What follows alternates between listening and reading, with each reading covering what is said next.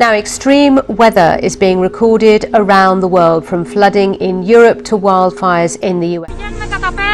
To be stuck on a beach, surrounded by fire on all sides.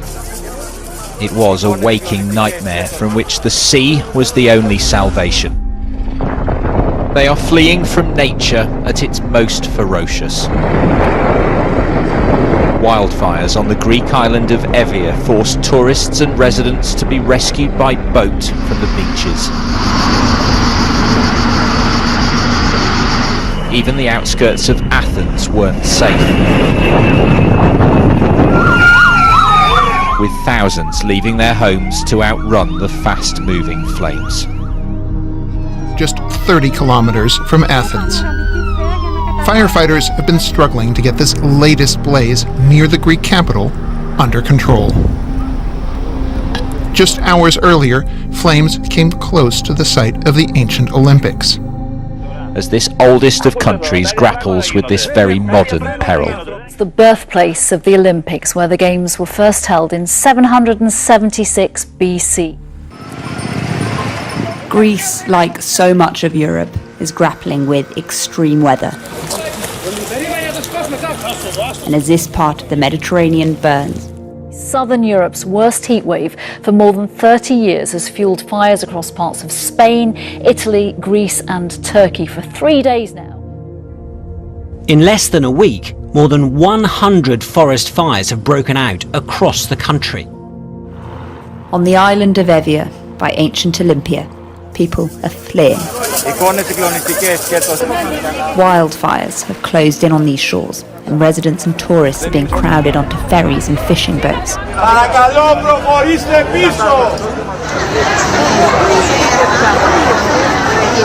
Leaving behind the burning island.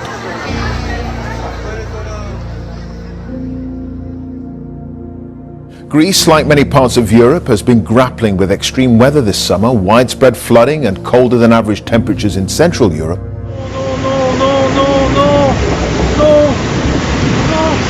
In Belgium, heavy rainfall has caused severe flooding less than a fortnight after deadly flash floods across Western Europe. A typhoon is battering China days after severe flooding killed dozens of people. Scientists say these events are becoming more common because warmer temperatures mean the air holds more moisture, which leads to more extreme. A record heat wave is fueling devastating wildfires across much of the southern Mediterranean and eastern Europe tonight.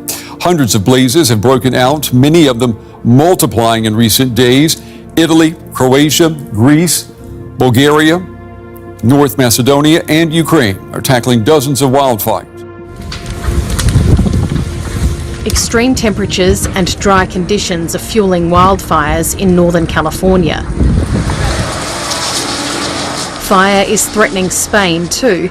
This is the Catalonia region and one of the worst fires here in years. There were similar scenes on the Italian island of Sardinia, an out-of-control fire after a heat wave. While no single event can be attributed to climate change, in Italy, firefighters have been working day and night to douse the flames.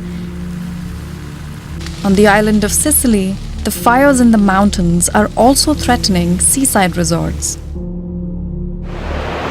This year's fire season has been one of the most destructive on record, according to EU data. The extraordinary summer is testing the region's response to increasingly extreme conditions. there was flooding in London too. Water streamed into a train station and turned roads into rivers as representatives from more than 50 countries met to lay the groundwork for November's big climate summit in Glasgow. Heavy rain has led to widespread flooding in North Korea, where state TV reports that thousands of people have been evacuated from their homes. Large areas of farmland are underwater, and more than 1,000 homes in the country's east coastal region of Homchi-yong have been destroyed. Officials in India say more than 160 people have died in the past week due to severe floods and major landslides. Many people have also been reported missing in villages along the country's western coast. Turkey's also wading in as a major disaster area is declared. after weeks of flooding and landslides in its northeastern coastal region. Just the damaged furniture, shops and cars amount to millions. Thousands of people have been forced to leave their homes in southern Turkey as huge wildfires continue to burn. Fires blazing on the hillsides and forests near the coastal resorts of Bodrum and Marmaris. Wildfires have been raging for 7 days now in Turkey, and these flames are closing in on the Yenikoi power station. Strong winds, low humidity and scorching temperatures, the weather conditions that help the fire spread. In Turkey, a wall of fire surged toward a huge power plant on the Aegean coast. Thousands of residents fled. By land, wildfires are destroying huge swaths of territory around Europe. Finland has been battling its biggest forest fire in half a century. Heat waves are also causing havoc further south. The worst blazes are raging in southern Turkey, where 6 people have been killed. So there is a very complex process behind all this.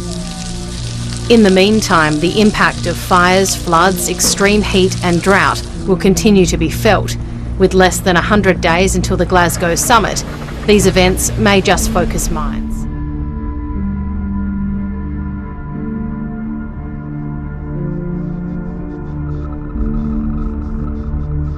Greece's Prime Minister says the country is experiencing what he calls a nightmarish summer as a record-breaking heat wave fans dozens. With temperatures above 100 degrees, more than 100 fires have burned through parts of the country over the last week, forcing evacuations and destroying. More than 150 wildfires are burning right across the country, some close to the northern suburbs of Athens.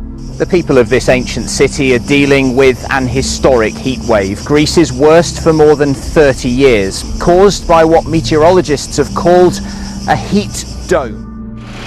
In Greece's Evia Island, in the grip of its own heat wave, more flames tear through a pine forest. With rolling hills and little visibility hampering rescue efforts, it's no surprise over 150 houses are said to have. But it is in the suburbs of Athens where fires are burning most intensely. Amid the smoke, we filmed explosions in a village on the outskirts of Athens. Large swathes of forest completely destroyed. Strike me as almost precisely the same as the wildfires of 2019/2020 in Australia, and of course the way that the wildfires have emerged in the US, North America as well.